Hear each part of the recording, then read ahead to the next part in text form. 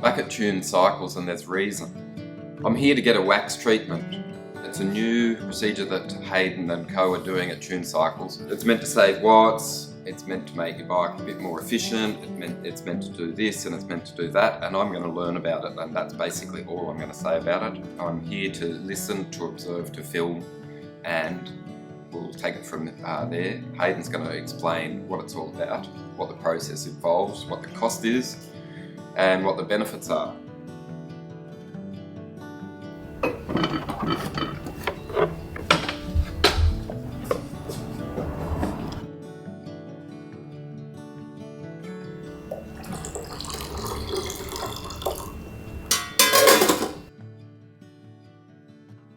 Want to tell me what's going on? Yeah, thanks, Rob. I feel like we're at our portable kitchen on the cargo bike brought in here. I feel like a celebrity chef right now. So today we're here to kind of run through the process of hot dip chain waxing. Now, this has been a big part of a bit of background work at Tune through the winter. Through the pandemic, we've had huge issues with stock supply. Cassettes and chains have been really hard to get. You know, we're looking at about a 15-month lead time on certain cassettes from Shimano and SRAM. So that's been a big challenge with trying to keep people on bikes. We've always looked at hot dip chain waxing as kind of the ultimate maintenance piece, and always been challenged on how we can do it and add it to our range of services. A lot of the marketing speak and a lot of what the brands come through about is the watt savings, where you're getting 8 watt savings or 7 watt savings, or some of the new stuff pushing up around 10 watt savings compared to a normal chain. We've been attracted from it is the service and maintenance piece. With a hot dip wax chain, you can get up to 25,000 kilometers out of it if you maintain it. The idea of being able to protect not just the chain, but also the cassette it's mounted on. It's long-term a really cost-effective way of maintaining the bike, and it removes the need for us to kind of, scramble and take sacrifices with cassette ratios and rollouts.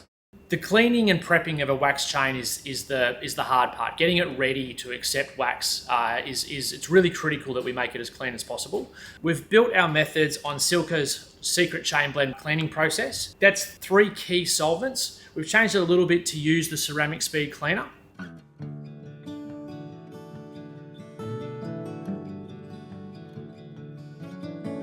The setup of hot dip waxing is complicated. We've got a lot of cleaning to do to get the original grease off, but once it's all set up and ready to go, it's quite easy to maintain.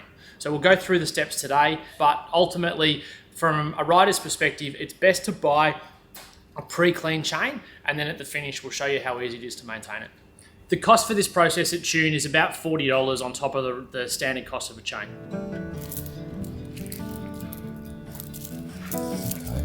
Bloody clean chain, it's isn't it? It's a bloody clean chain.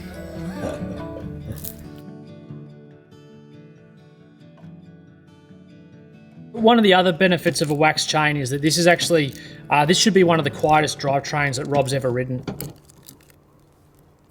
From start to finish, preparing a chain takes about 2 hours. So in order to avoid Rob being around here with the ultrasonic cleaner buzzing for that long, we've taken a leaf out of Gordon Ramsay's book, and we've got a few that we've prepared earlier at each different stage.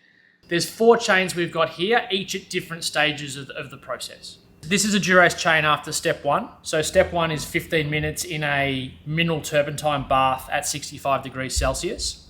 This is the initial phase that starts to aggressively strip the grease off. Stage 2 is through UFO ceramic cleaner. This is where we see this chain really kind of clean itself up. So we actually might do this stage 2 or 3 times depending on the brand of chain. The ceramic speed does the bulk of the heavy lifting. This is typically done as a ultrasonic wash in 30-minute intervals. So the chain can sit in the UFO ceramic cleaner for up to 90 minutes to get it completely clean. And the third product is methylated spirits. Now the primary purpose of the metho is actually to remove the previous cleaners. By this stage, the chain's really clean already. This is all done in the ultrasonic cleaner as well. And that really tidies up the chain and gets it to a point that Silka says is good enough to go.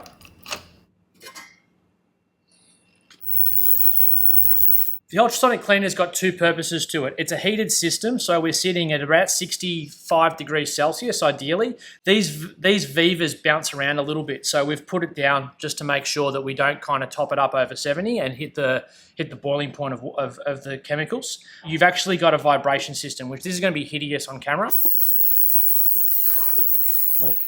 But that acoustic agitates the liquids. And you can see it if you open up the lid.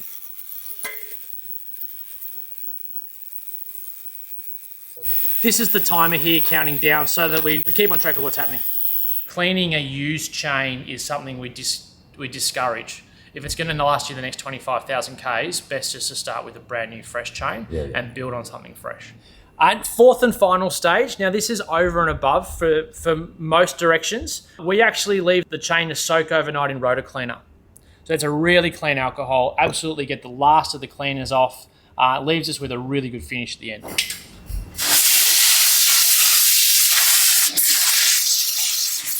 There's just no residual, is there? No, it's a super clean chain. You can hear the rollers rattle once they're this clean. You should know that they've got them spotlessly clean by the fact that they rattle. There's about 2 hours worth of time that goes into getting a chain to that clean. Behind me, and we'll set it up shortly, but we've actually got the crock pot, which is how you actually dip the chain. The laborious part of hot dip chain waxing is now done. This is where we recommend that you get someone else to do the work for you. From here on, it's just about hot dipping, which is done typically in a small crock pot, and then the maintenance of the chain, which is actually quite easy. The cassette stays clean. What you find is when you're looking at chain and cassette wear, it's the chain that wears the cassette down. So by protecting the chain and stopping the road grime and grits from stretching and damaging the chain, we protect the cassette indirectly at the same time. So now a chain's that clean, it will actually rust. So the original oils are really good at protecting a chain, through storage and whilst it's in the bike shop and getting it up and started. But a chain like that, even left in the Sydney atmosphere, will start to rust in the next few days. So it's really important we put a wax coating on that and get it all sorted.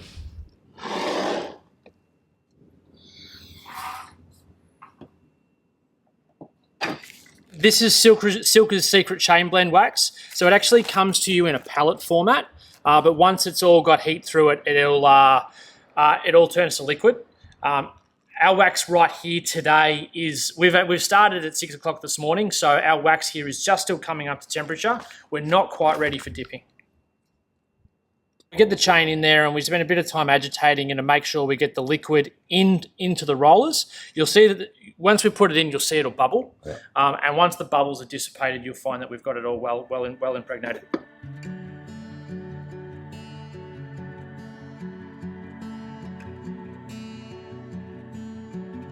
The 12-speed chain started off as a XTR group set chain, so for mountain bike, but it's the exact same chain used for Duros.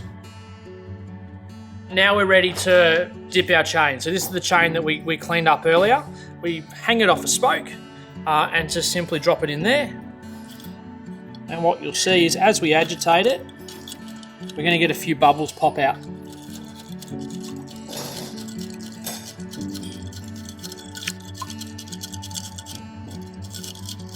So as you can see, the bubbles are dissipating. That chain is now fully waxed.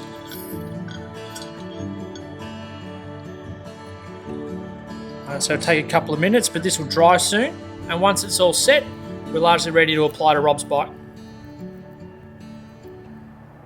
Every brand new chain we use virgin wax for, this is just a bucket for it to cool down in. We'll catch the wax particles and we'll recycle these for redips. To be clear, once you've waxed it, there's no lubricant applied to the chain any longer. No, you never want to apply a normal lubricant. Once you've gone hot dip wax, you never go back. So the process to maintain it is you actually boil the kettle and you clean the chain by running hot water over it, and then you re-dip it. So the re-dipping is done we'll do that in another wax bucket, and that allows for the heat, allows for the grit and grime to extract itself in the hot dip and drop down to the bottom of the bucket. It's a quick dip, low maintenance, and can be done easily at home on a pre-wax chain. A lot of riders actually run 2 or 3 chains, and that allows them to re-wax 3 of them simultaneously. In the shop, we have a secondary bucket for re-waxing so that we're not contaminating our virgin wax with anything for our brand new chains that go on new bikes. We're about to launch a wash and wax service, which is a monthly maintenance plan where we'll take care of the bicycle, bring it in, bike wash, clean it all up, re-wax it, make it all ready for the next month. It's like a subscription model almost. Yeah, exactly.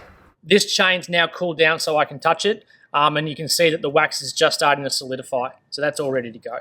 Normally the joining link you get grease from the grease that's on the chain and from you applying lubricants, but on a waxed chain that's effectively dried solid, this is not going to get any kind of lubricant on the bike. So we just give that a little dip as well.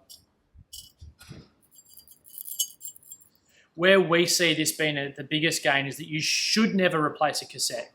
You know, particularly if you're running 2 chains and you're looking after it and maintaining it frequently, you're going to get 40 to 50,000 kilometers out of a cassette. And by that stage, we're all ready for a new bike anyway. We've actually got a couple of 112-speed chains in stock ready to kind of go. So if you want to know more, leave a comment or reach out to us and we'll be able to set you up on 12-speed wax chains. So with a newly waxed chain, you'll find that it's got an excessive amount of wax on it. As we kind of liberate this, it's actually going to start to flake. We do our best to capture those flakes and we can use them for redipping. Get as many off as possible so they don't end up on the bike. It's very clean, you don't feel the residue coming on your fingers. It's not like when you pull a chain out of a bag and it's all grimy and slimy. That's right, and if you look at our fingers, we've got no black, no grease, just a little few wax flakes.